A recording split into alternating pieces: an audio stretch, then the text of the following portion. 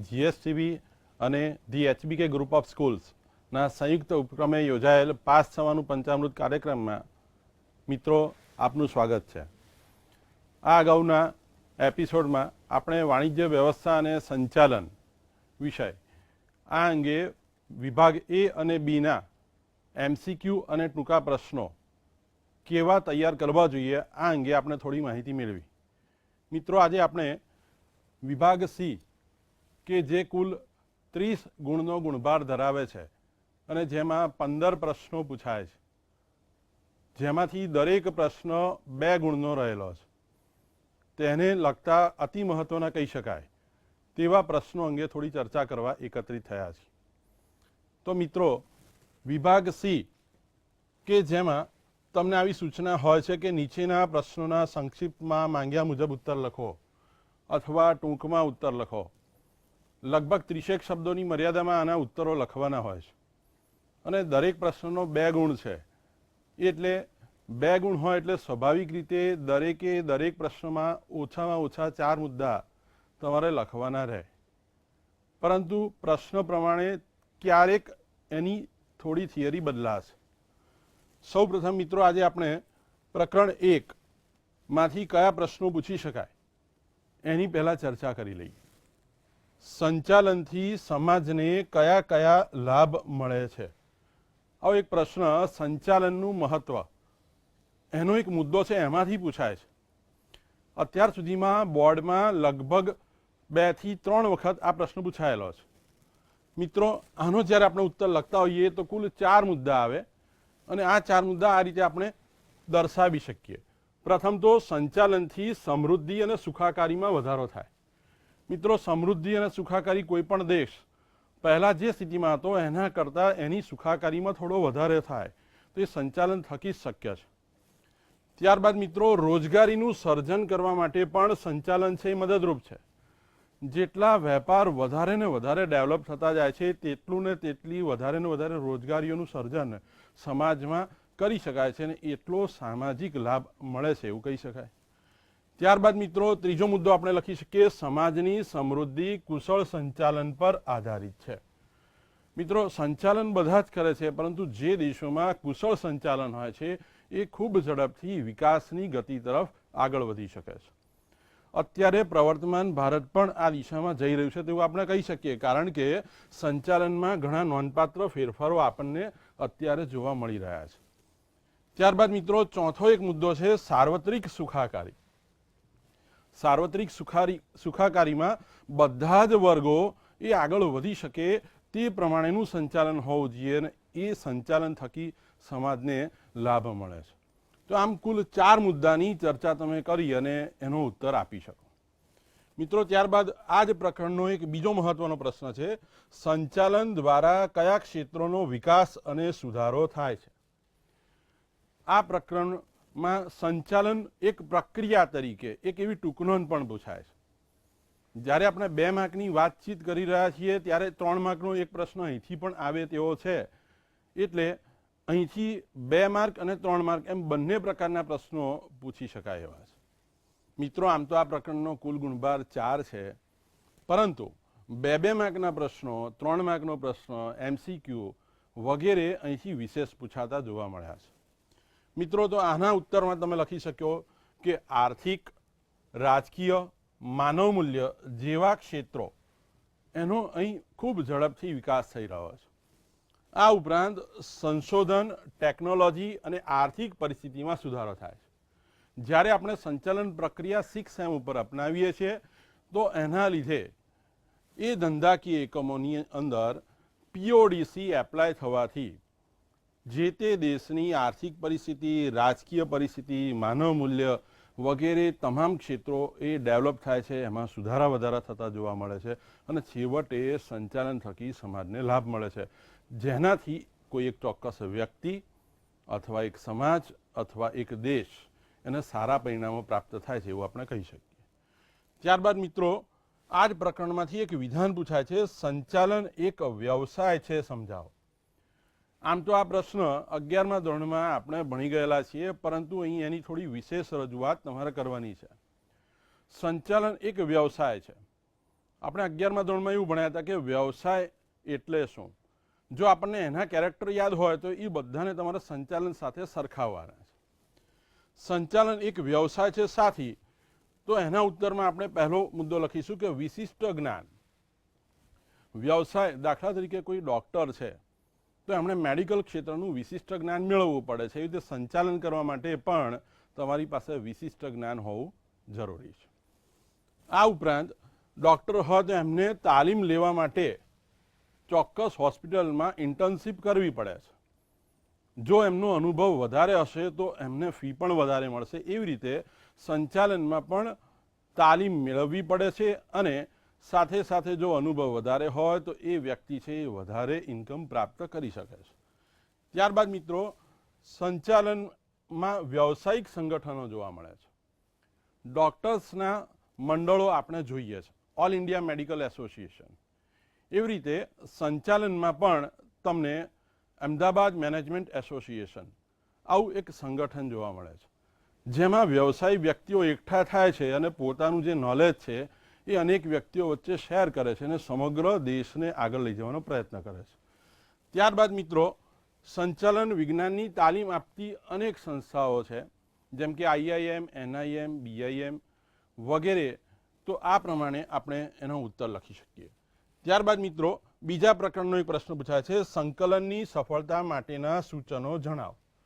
સંકલનની સફળતા માટેના જ્યારે સૂચનો જણાવવાના હોય તો અહીં દર્શાવ્યા મુજબ કુલ 4 સૂચનો તમારે લખવાના છે. ઘણી વખત આ પ્રશ્ન આ રીતે પણ પૂછાય છે કે સંકલનની સફળતા માટેની બાબતો જણાવો. તો અહીં જે 4 બાબતો છે એમાં પ્રથમ બાબત છે, દરેક કર્મચારી માટે સંકલને જવાબદારી નક્કી કરવી જોઈએ. મિત્રો, ત્યારબાદ બીજો મુદ્દો છે, સંકલનના વિચારનો અમલ આયોજન અને નિર્ણયના તબક્કાથી જ થવો જોઈએ. એટલે જ્યારે આપણે સંકલન કરતા હોઈએ તો પ્લાનિંગ કરીએ છીએ અથવા તો કોઈ ડિસિઝન લઈએ છીએ એ લેવલથી જ આપણે આગળ વધવાનું છે. મિત્રો, ત્યારબાદ સંકલન કરવા માટે કર્મચારી વચ્ચે સુમેળભર્યા આંતરસંબંધો હોવા અતિ આવશ્યક બાબત છે અને તો જ કોઓર્ડિનેશન છે એ પાવરફુલ થશે. ત્યારબાદ મિત્રો, સફળતાનો આધાર. સંકલનની સફળતાનો આધાર સૌથી મહત્વની બાબત છે, સચોટ માહિતી સંચાર ઉપર છે. તમારા ધંધાકીય એકમમાં કમ્યુનિકેશન જેટલું પરફેક્ટ એટલું તમારું ધંધાકીય એકમ આગળ જવાની શક્યતાઓ વિશેષ. ત્યારબાદ મિત્રો, 8 પ્રકરણનો એક પ્રશ્ન છે, મધ્ય સપાટીએ ઉચ્ચ અને નિમ્ન સપાટી વચ્ચે કડીરૂપ કામગીરી બજાવે છે એ સમજાવો. મધ્ય સપાટીએ ઉપલી સપાટી અને તળ સપાટી બંનેને કેવી રીતે જોડે છે? ભાઈ, ઉપલી સપાટી જે હુકમો આદેશો આપે છે એ સૂચનાઓને તળ સપાટી સુધી પહોંચાડે છે અને તળ સપાટીના જે કંઈ અહેવાલો છે એને ઉચ્ચ સપાટી સુધી પહોંચાડે છે. આમ મધ્ય સપાટી એક સાંકળનું કામ કરે છે, એક કડીરૂપ કામગીરી બજાવે છે. તેવું આપણે મિત્રોમાં પ્રકરણ 3 થી આગળના જે ટૂંકા પ્રશ્નો છે તે અંગે થોડી માહિતી મેળવીએ. પ્રકરણ 3 કે જે ગુણભારની દ્રષ્ટિએ ખૂબ જ મહત્વનું છે. અહીંથી અવારનવાર લોંગ ક્વેશ્ચન પૂછાતા હોય છે. અહીં વૈજ્ઞાનિક સંચાલનના લાભાલાભ સમજાવો. આવો એક પ્રશ્ન 5 ગુણમાં પૂછાય છે. આ 5 ગુણનો જે પ્રશ્ન છે એમાં આપણે 5 ફાયદા અને 5 મર્યાદા લખીએ છીએ. મિત્રો, આ પ્રશ્ન એવો પણ છે કે જે 2 ગુણમાં પણ પૂછાય અને એને જો ધ્યાનમાં રાખીએ તો આ પ્રશ્નમાં 2 ફાયદા અને 2 મર્યાદા જણાવો. અહીં સ્પષ્ટ આપેલું છે. ન આપ્યું હોય તો પણ આપણે 2 લાભ અને 2 અલાભ લખવાના છે. મિત્રો, વૈજ્ઞાનિક સંચાલનના અનુલક્ષીને બીજા પણ એવા પ્રશ્નો છે જે તમારી નોટબુકમાં ચોક્કસ નોંધી લેશો. જેમ કે ફેડરિક ટેલરે આપેલા માર્ગદર્શક સિદ્ધાંતો સમજાવો. આ પ્રશ્ન તમને 2 ગુણમાં પૂછાય તો તમારે અહીં 4 સિદ્ધાંતોની સમજૂતી આપવાની છે. મિત્રો, પ્રકરણ 3 જે મારી દ્રષ્ટિએ 3 અને 5 માર્ક માટે અતિ મહત્વનું છે, પણ અહીંથી ક્યારેક આવા પ્રશ્નો 2 ગુણના પણ પૂછાય છે તો એને તમે નોંધી લેશો. ત્યારબાદ મિત્રો, આયોજનને ભવિષ્ય સાથે સંબંધ છે સમજાવો. આ જે પ્રશ્ન છે એ પ્રકરણ 4નો પ્રશ્ન છે.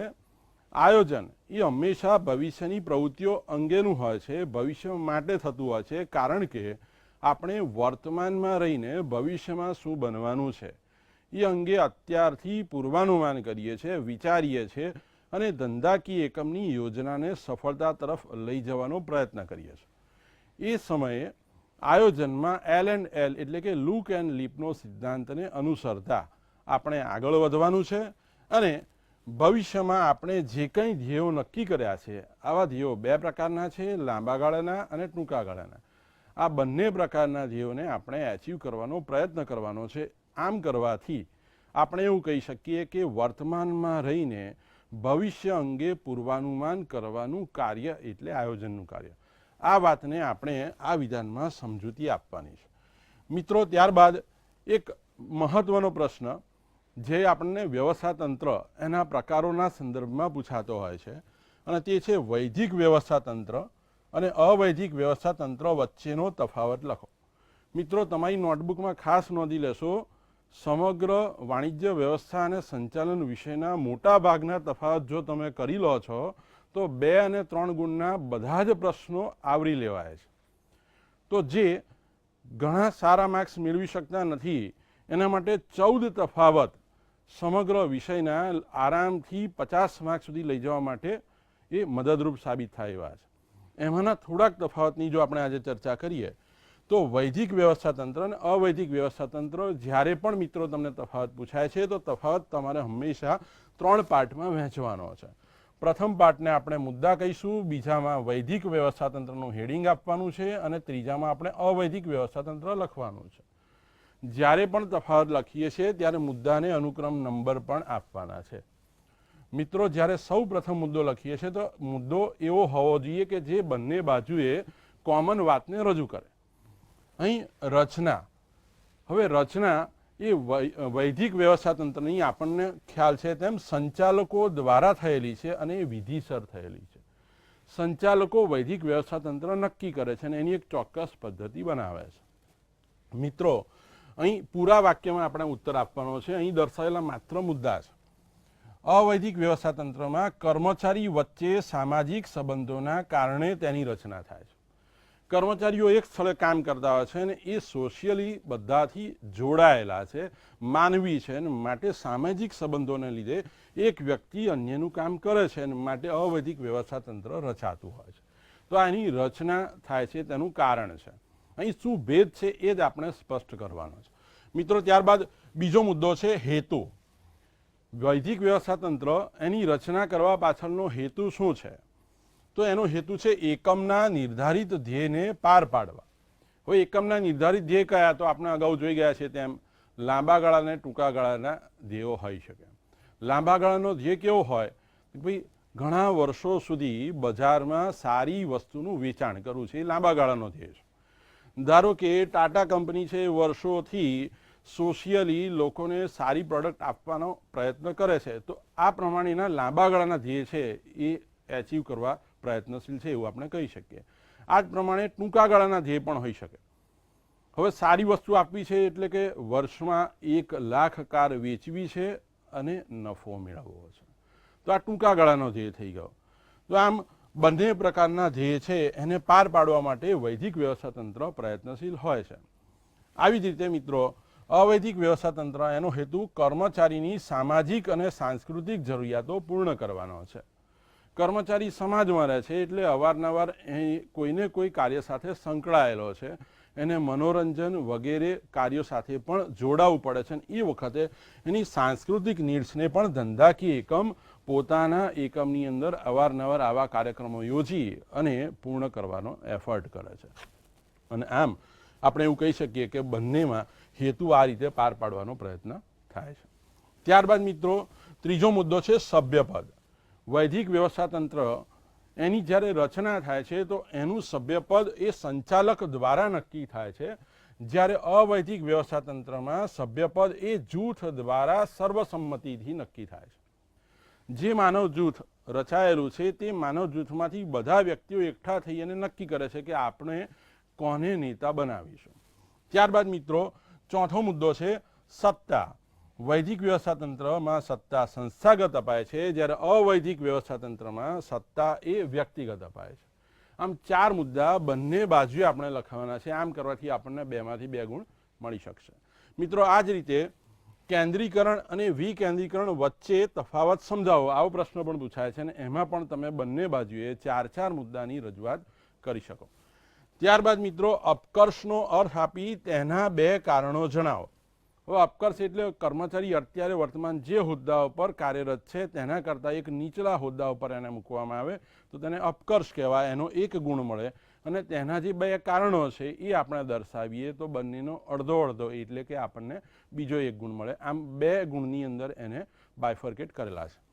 ત્યારબાદ મિત્રો ખૂબ જ મહત્વનું બોર્ડમાં વારંવાર પૂછાયેલું એક વિધાન છે, બદલી એ નકારાત્મક પગલું નથી, સમજાવો. 2 ગુણમાં પૂછાતું આ વિધાન, એમાં આપણે રજૂઆત કરવાની છે કે બદલી એ દરેક વખતે નકારાત્મક પગલું નથી, પરંતુ કર્મચારીને કયા કારણસર બદલી કરવામાં આવેલી છે, કર્મચારીની જરૂરિયાત હોવાથી બદલી થયેલી છે, કર્મચારીની આવડત હોવાના લીધે બદલી થયેલી છે. આ વાતની સમજૂતી તમારે અહીંયા આપવાની છે અને દરેક વખતે બદલી એ નકારાત્મક નહીં પરંતુ હકારાત્મક સંદર્ભમાં પણ થતી હોય છે. આ વાતને અહીં કુલ 4 મુદ્દામાં તમારે સમજાવવાની છે. તો મિત્રો અહીં આપણે થોડાક પ્રશ્નો જોયા. હજી પણ આવા અતિ મહત્વના કહી શકાય તેવા પ્રશ્નો આ કાર્યક્રમમાં આપણે જોતા રહીશું. પહેલાં આપણે અતિ મહત્વના કહેવાય તેવા ટૂંકા પ્રશ્નો એનો અભ્યાસ કર્યો. બીજા પણ આવા થોડાક પ્રશ્નો ફરી વખત આપણે અભ્યાસ કરી લઈએ. મિત્રો અહીં ભરતીના આંતરિક પ્રાપ્તિ સ્થાનો જણાવો, આવો એક પ્રશ્ન તમને અવારનવાર પૂછાય છે. અહીં કુલ 4 મુદ્દા છે, એની આપણે રજૂઆત કરવાની છે. ભરતીના કુલ 4 આંતરિક પ્રાપ્તિ સ્થાનો. આંતરિક પ્રાપ્તિ સ્થાનો શા માટે કયા છે મિત્રો? કારણ કે એ બધા પ્રાપ્તિ સ્થાનો આપણા એકમની અંદર જ રહેલા છે. જેમ કે આપણા કર્મચારી છે એને બઢતી આપીએ, આપણા કર્મચારી છે એને બદલી આપીએ, આપણા જે જૂના કર્મચારી હતા એમને રિકોલ કરીએ અને કર્મચારીના મિત્રો, સગા સંબંધી વગેરે પાસેથી પણ આપણે એમના રેફરન્સથી પણ એમ્પ્લોયીને આપણા એકમમાં બોલાવીએ. તો આ જે 4 પ્રાપ્તિ સ્થાનો છે એની આપણે અહીં વાત કરવાની છે મિત્રો. આ એક એવો પ્રશ્ન છે કે જેમાંથી બીજો પ્રશ્ન પૂછાય છે, તે નોંધી લેશો. ભરતીના આંતરિક પ્રાપ્તિ સ્થાનોના લાભ જણાવો. એના લાભ શું છે એ તમને પૂછાય. લાભ તમને લખતા આવડવો જોઈએ, કારણ કે સરળ પ્રશ્ન આ છે ભરતીના આંતરિક પ્રાપ્તિ સ્થાનો, જ્યારે થોડો અઘરો પ્રશ્ન બનશે ભરતીના આંતરિક પ્રાપ્તિ સ્થાનોના લાભ જણાવો. જેમ કે બઢતી આપવાથી કર્મચારીનો ઉત્સાહ વધે છે, આ એનો એક લાભ છે. આમ 4 પ્રાપ્તિ સ્થાનોના એક એમ કુલ 4 લાભ તમારે સમજાવવાના રહે. ત્યારબાદ મિત્રો વેસ્ટિબ્યુલ તાલીમ સમજાવો. આ એક પ્રશ્ન તમને 2 ગુણમાં પૂછાય એવો પ્રશ્ન છે અને આ પ્રશ્ન એવો પણ છે કે 3 ગુણમાં પૂછાય. જ્યારે 2 ગુણમાં પૂછાય છે ત્યારે વેસ્ટિબ્યુલની તાલીમ વિશે તમારે સમજૂતી આપવાની છે અને તેના 2 ફાયદા અને 2 લાભ તમારે લખવાના છે મિત્રો. ત્યારબાદ વેસ્ટિબ્યુલ તાલીમ જો 3 ગુણમાં પૂછાય છે તો એ વખતે તાલીમની ટૂંકમાં સમજૂતી આપવાની છે અને તેના 3 ફાયદા અને 3 મર્યાદાઓ છે એ તમારે જણાવવાની છે મિત્રો. આમ વેસ્ટિબ્યુલ તાલીમ એટલે શું? તો ભાઈ તમારા ધંધાકીય એકમમાં કર્મચારી જાણે કે વાસ્તવમાં કામ કરતો હોય તેવી રીતે એક અલગ વિભાગ રખાય છે જેમાં કર્મચારી તાલીમ મેળવે છે અને પછી આગળના વિભાગમાં કામ કરવા માટે જાય છે. એટલે યંત્રો અથવા તો કોઈ પણ કાર્યથી એને ડર રહેતો નથી અને સચોટ માર્ગદર્શન એને નિષ્ણાતો દ્વારા અપાય છે. અહીં કોઈ પણ ઘરમાં પ્રવેશીએ તો જેમ ઓસરીમાં પ્રવેશ્યા વગર નીકળી શકાતું નથી તેવી રીતે તમારા ધંધાકીય એકમમાં આ વેસ્ટિબ્યુલ વિભાગમાંથી પસાર થયા વગર કોઈ પણ વ્યક્તિ એકમમાં કામ માટે જઈ શકતું નથી. આવી જે તાલીમ છે એને આપણે વેસ્ટિબ્યુલ તાલીમ કહીએ છીએ. આ વાતની સમજૂતી તમારે આપવાની છે. ત્યારબાદ મિત્રો પ્રોત્સાહનના પ્રકારો જણાવો.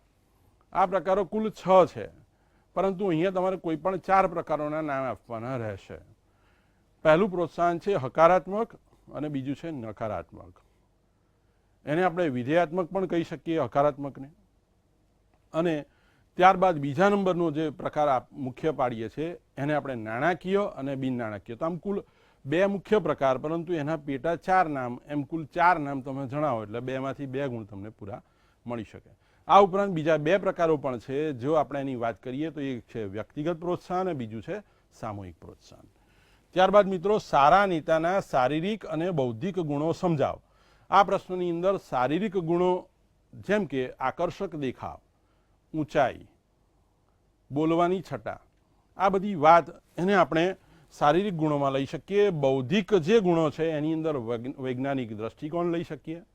આ ઉપરાંત એનું ચાતુર્ય લઈ શકીએ. એ કેટલા ઝડપથી કોઈ પણ બાબતોના પ્રત્યુત્તર આપે છે એ વાતને લઈ શકીએ. એની ઝડપી નિર્ણય શક્તિને લઈ શકીએ.